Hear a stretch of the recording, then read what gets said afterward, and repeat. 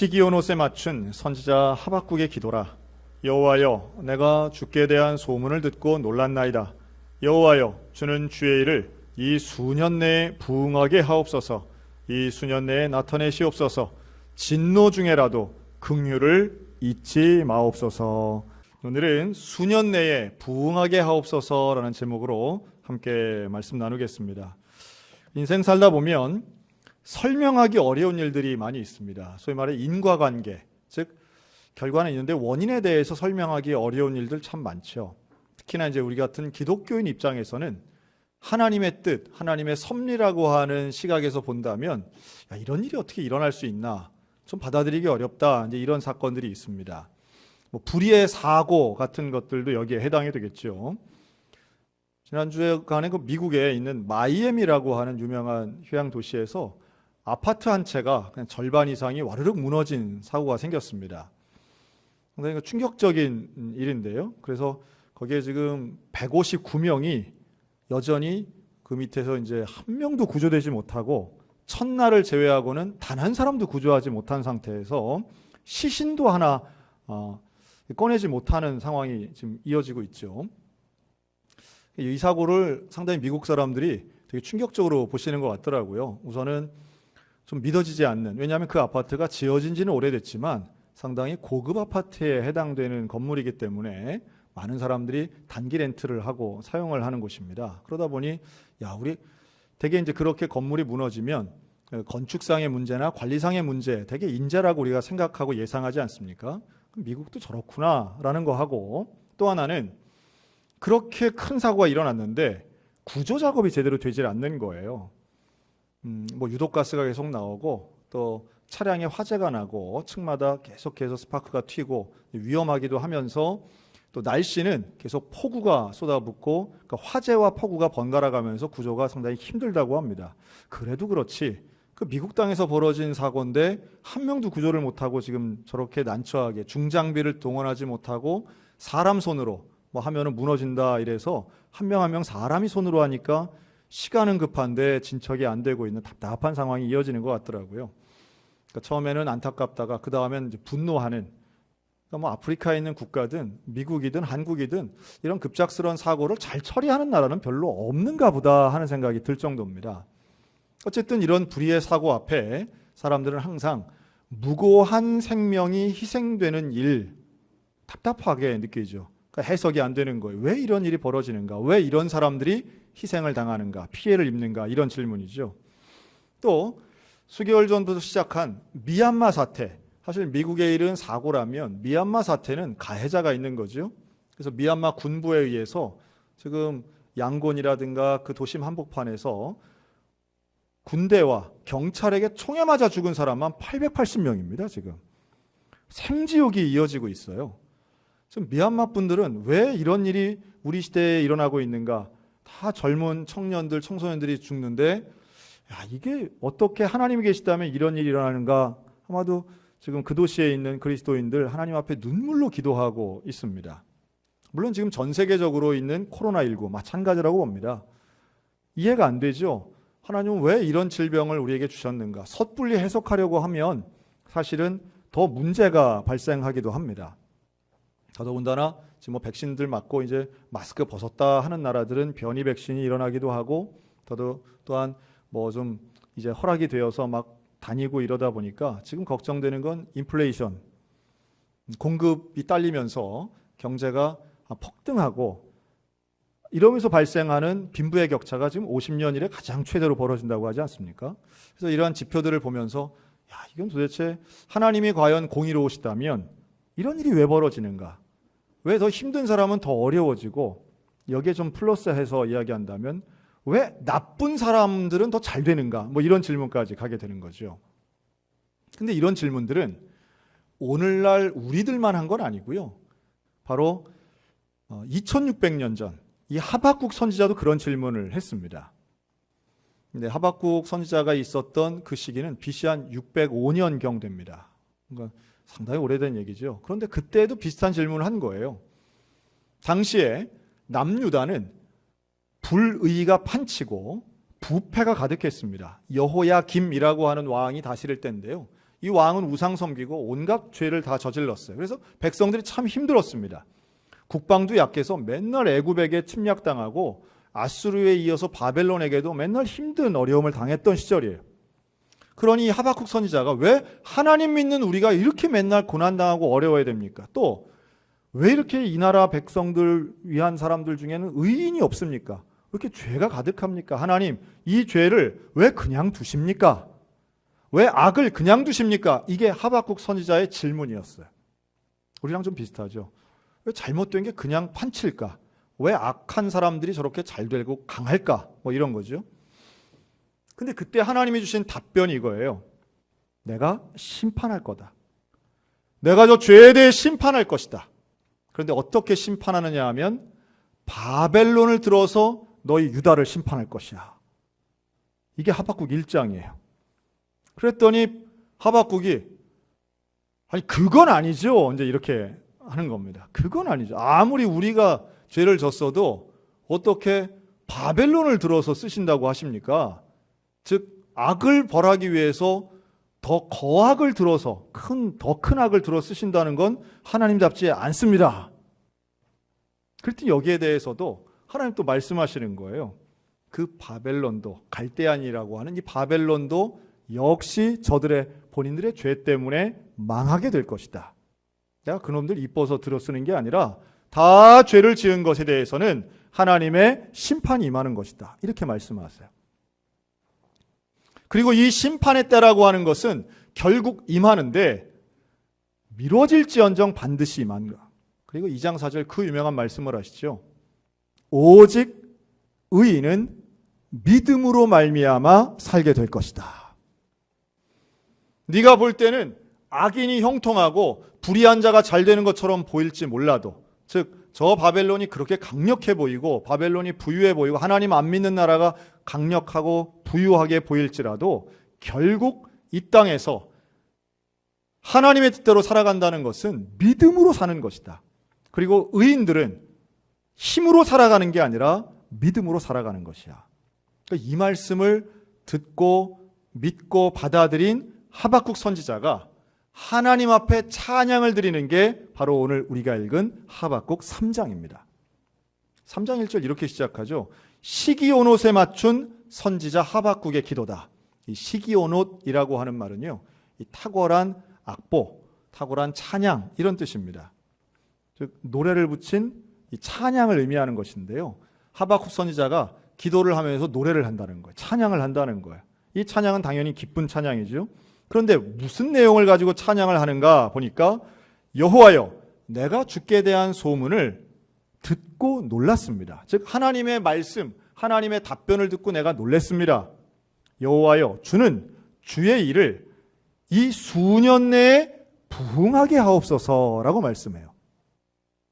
우리가 이 부흥이란 단어 때문에 하박국 선지자의 기도를 오해할 때가 있습니다. 왜냐하면 우리 한국 기독교인들에게 있어서의 부흥은 곧 성장을 의미하기 때문이에요. 그러니까 예를 들면 우리가 100명이 모였는데 하나님 우리 1000명이 되게 해주세요. 부흥되게 해주세요. 되게 이런 식으로 우리가 사용하기 때문에 하박국 선지자의 이 부흥이라는 단어를 잘 오해할 때가 있습니다. 부흥은 다시 일어난다 이런 의미인데 하박국이 이야기하는 이 부흥은요, 하나님이 말씀하신 그대로 주의 뜻이 속히 이루어지기를 원합니다. 이런 말이에요. 근데 하나님 무슨 말씀을 하셨어요? 너희 죄에 대해서 내가 심판하겠다는 거예요. 심판하겠다는 거예요. 그리고 그 심판을 받고 너희가 회개하면 믿음대로 살면 내가 널 구원하겠다. 이 약속이거든요. 다시 말해 수년 내에 주의 뜻대로 부흥하게 해주시옵소서라고 하는 하박국의 기도는 다름 아닌 하나님 심판을 내려주세요. 약속하신 그 심판이 이 땅 가운데 일어나되 그 심판이 수년 내에 그리고 그 심판을 통해서 하나님의 구원이 이루어지도록 부흥을 이루어주세요. 이 기도예요. 숫자가 늘어나는 성장을 의미하는 게 결코 아닙니다. 심령의 변화와 지금 죄를 죄로 모르는 민족의 죄악 가운데 심판을 통해 깨닫고 심판을 통해 회개하고 회개를 통해 믿음 갖고 믿음을 통해 구원받는 이 하나님의 역사가 이루어지게 해달라고 기도하는 겁니다. 그리고 마지막에 진노 중에라도 긍휼을 잊지 마옵소서. 그 하나님의 심판 가운데 하나님의 긍휼이 우리 안에 있어서 이 어려운 고난의 때 바벨론이 공격하든 우리가 모든 걸 다 잃어버려도 소망 잃지 않도록 그 진노 중에라도 긍휼을 우리에게 허락해달라고 하는 게 하박국의 기도였습니다. 그러니까 어려운 시간을 지나가고 있는 오늘 우리 대한민국 가운데 우리가 기도하는 것은 하나님의 부흥, 하나님의 뜻, 즉 우리가 역사를 볼 때에 점으로 보는 역사가 있습니다. 점으로 볼 때는 좀 불공평해 보여요. 불공정해 보여요. 악이 승리하는 것 같아요. 그런데 역사를 주관하시는 하나님을 선으로 볼 때에는 그 상황 멀리 뒤에 계시는 역사의 주관자 되시는 하나님을 믿음의 눈으로 보면 소망을 갖게 될 줄로 믿으시기 바랍니다. 우리 모두에게 그 소망을 가지고 시대를 이끌어 가시는 하나님, 진정한 부흥을 주시는 그 하나님, 수년 내에 이루어지게 해달라고 하는 하박국의 기도가 오늘 우리 모두의 기도 되시기를 주님의 이름으로 축원합니다. 이렇게 하박국처럼 어려운 순간에 하나님을 선택하고 하나님의 사명을 감당했던 사람 오늘 한 명을 좀 소개하려고 합니다. 이분의 이름은 오다 나라지라고 하는 분입니다. 일본 분입니다. 오다 나라지. 이분이 1908년에 태어났는데요. 이 아버지가 독실한 불교 신자였습니다. 그래서 이 아들 오다 나라지를 낳고 절을 하나 지어요. 큰 절을. 그 절을 지어놓고 앞으로 내 아들이 이 절에 주지승려가 되도록 내가 키우겠습니다. 이게 불교 신자들도 참 헌신이 대단하더라고요. 일본 불교죠. 그래서 이 절에서 오다 나라지가 이제 거기서 자라고 교육을 받습니다. 근데 학교 다닐 때가 되니까 학교를 거기서 등하교를 절에서 하는 거예요.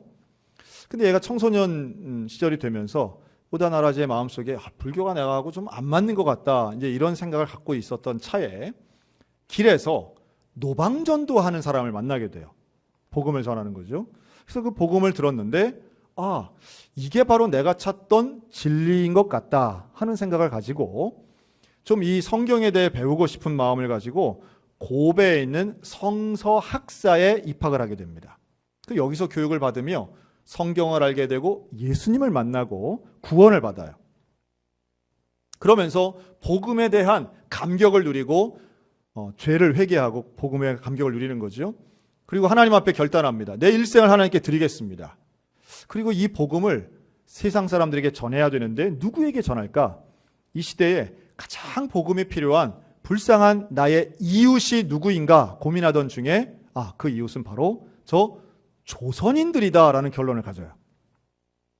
그래서 21살이던 1928년에 그는 배를 타고 조선을 향해 떠나는데요. 어디로 가느냐면 목포에 도착합니다. 신기하죠? 우리는 늘 어떤 일본 선교에 대해서는 생각했지만 일제강점기 시절에 일본에서 복음을 들고 조선으로 온 기독교인들이 있었다라고 하는 사실입니다. 소수지만 이런 분들이 계셨어요. 목포에 와서 전도를 하려고 했는데 두 가지가 문제였습니다. 첫째는 이 오다 나라지가 조선말을 못하는 거예요. 21살 청년이 열정은 있는데 조선말을 못하는 거예요. 둘째는 조선인들이 일본 사람을 좋아하지 않는 거예요. 1919년 3.1운동이 일어난 지 이제 10년이 채 안 됐을 때인데, 물론 한일합방을 통해서 이제 일제강점기죠. 일본 사람을 무서워하긴 했지만 좋아하지 않은 거예요. 그러니까 이 두 가지, 조선말을 못하고 반일 감정 때문에 이 오다 나라지가 복음을 전하다가 어려움에 봉착합니다. 그래서 거기에서 일본 사람들이 모인 교회에 출석하게 돼요. 저도 이분에 대한 일생을 연구하면서 알게 됐는데요. 여러분, 일제강점기에 일본 분들 교회들이 있었습니다. 일본 사람들 다니는. 왜냐하면 일본의 기독교 역사는 우리보다 훨씬 길어서요. 일본인이면서 그리스도인인 분들이 제법 많았던 거예요. 그래서 이 일본인 교회에 이제 출석을 하면서 궁금했던 거예요. 아니, 여기 이렇게 사시면서 나는 조선말을 잘 못하니까 그렇지 왜 조선인들을 전도하지 않습니까? 이렇게 질문했어요. 그랬더니 그 일본인 목사님이 그 교회에서 뭐라고 답변을 했느냐 하면, 형제요, 예수님은 우리를 사랑하시지만 조선인은 우리를 사랑하지 않습니다. 우리가 복음을 전할 때에 조선인들 입장에서는 우리는 나라를 빼앗은 가해자입니다. 그러니 이들에게 복음을 전하고 회개하고 예수님 믿으세요라고 말하면 조선인들은 너희같이 나쁜 놈들이나 회개하는 거지 우리가 무슨 회개를 하느냐라고 말한다는 거예요.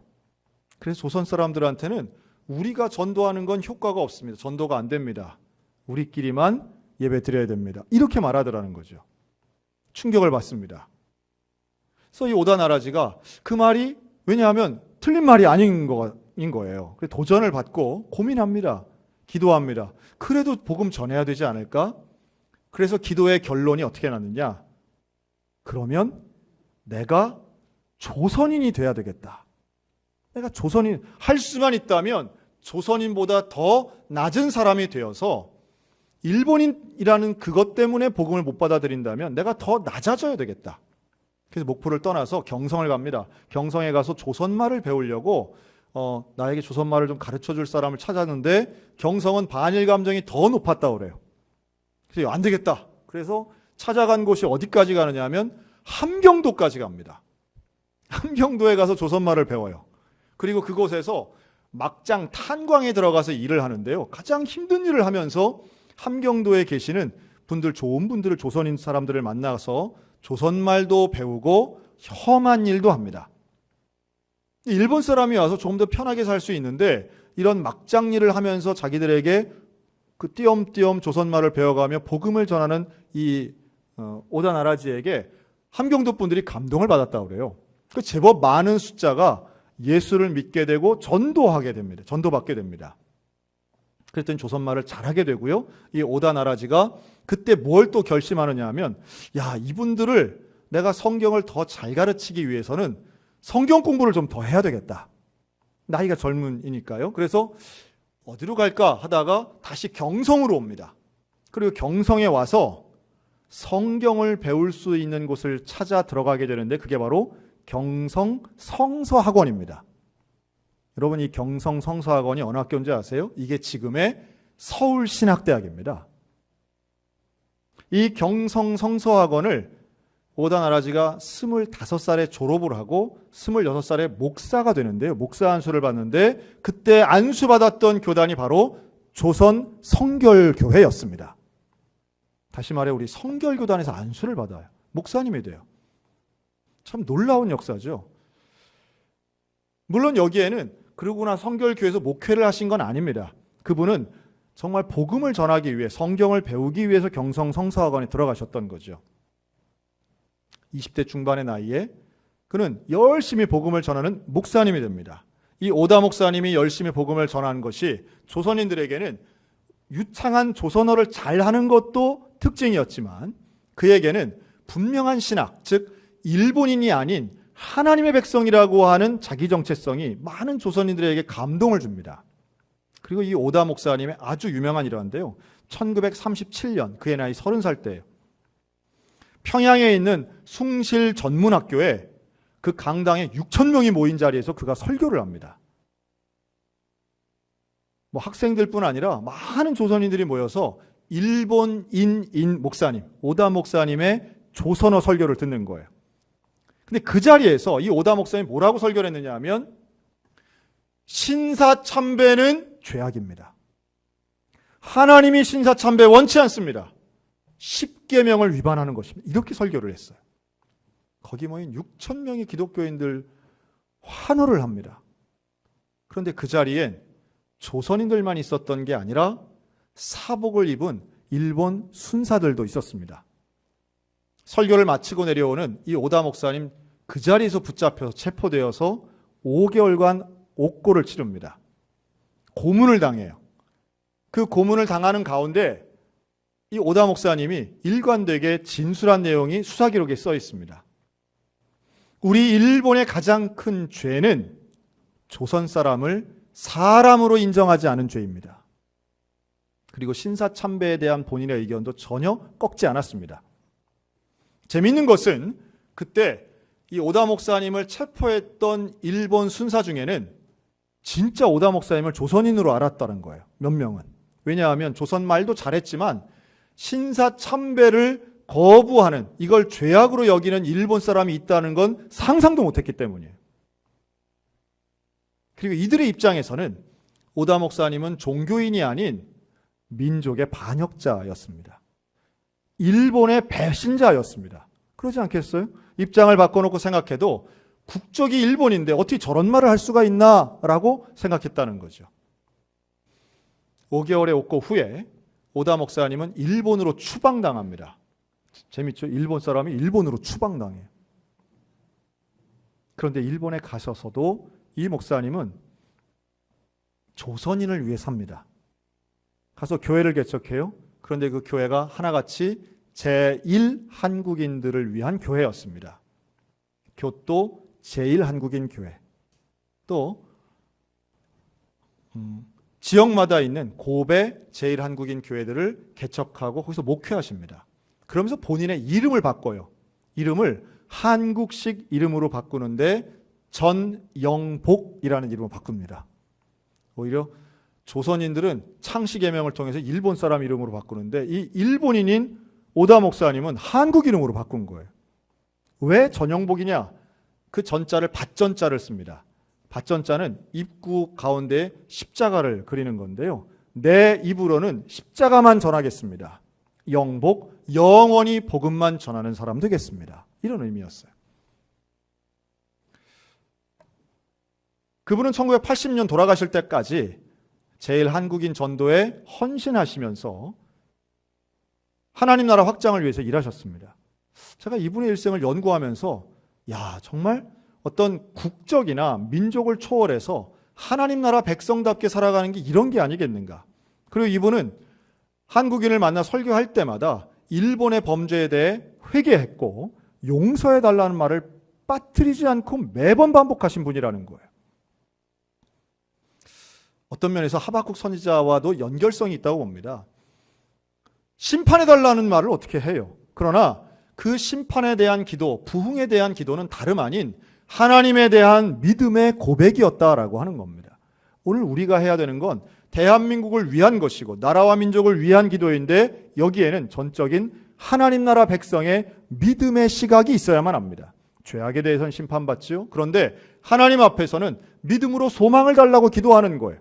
그리고 그 가운데에 하나님 나라의 온전한 원리가 이 땅 가운데 세워지게 해달라고 기도하는 겁니다. 불평과 부정과 저주가 아니라 하나님을 향한 믿음의 눈을 가지고 기도할 때 하박국에게 임한 놀라운 찬양의 역사가 오늘 저와 여러분들 가운데 임하게 될 줄로 믿습니다. 그래서 하박국은 부흥을 달라고 기도하면서 이렇게 찬양합니다. 하박국서에서 제일 유명한 구절이죠. 3장 17절. 비록 무화과 나무가 무성치 못하며 포도나무에 열매가 없으며 감람나무에 소출이 없으며 밭에 식물이 없고 우리의 양이 없고 외양간에 소가 없을지라도 나는 여호와를 인하여 즐거워하며 나의 구원의 하나님을 인하여 기뻐하리로다. 아멘. 하박국의 이 말은 전쟁이 나서 다 빼앗겨도 흉년이 나서 소출이 없어도 즉 경제가 망해도 국방이 무너져도 나는 하나님을 바라볼 것입니다. 나는 하나님의 구원의 소망을 둘 것입니다. 나는 그 구원 때문에 기뻐하고 감사할 것입니다. 여러분, 오늘 우리에게 필요한 놀라운 신앙의 고백은 바로 이 부분입니다. 내게 주어져 있는 조건과 상황을 보는 것이 아니라 상황 너머에 있는 여호와 하나님을 바라볼 때 우리는 감사의 삶을 살게 될 줄로 믿습니다. 우리의 상황은 불확실해 보여요. 우리의 상황은 불공정해 보여요. 악이 승리하는 것처럼 보여요. 하지만 믿음의 눈으로 하나님을 바라보면 무화과 열매가 없어도 포도나무에 소출이 없어도 여러분 무화과 열매가 많으면 하나님 복 주시는 거고 그 열매가 없으면 저주하시는 겁니까? 아니에요. 구원받은 사람은 소출과 열매를 가지고 우리의 마음이 변하는 것이 아니라 하나님 때문에 기뻐하는 것이고 구원받은 것 때문에 감사하는 것입니다. 여러분 구원의 감격 잊지 않는 믿음의 성도들 되시기를 주님의 이름으로 축원합니다. 이번 주 들어서 우리 춘천에 코로나 확진자가 지금 상당히 많아졌습니다. 우리의 느낌이 상당히 많아진 것으로 여겨지지만 실제로는 수도권이 경험했던 일을 지금 우리가 경험하고 있다 이렇게 볼 수 있습니다. 언젠가는 한 번 이상은 올 수 있는 상황이 사실 우리 강원도 전체 중에 우리 춘천이 지금 대표적으로 원주는 작년에 한 번 이런 일을 경험했고요. 합니다. 그러다 보니 우리의 마음에 상당히 두렵고 무서운 마음이 생각이 많이 들어요.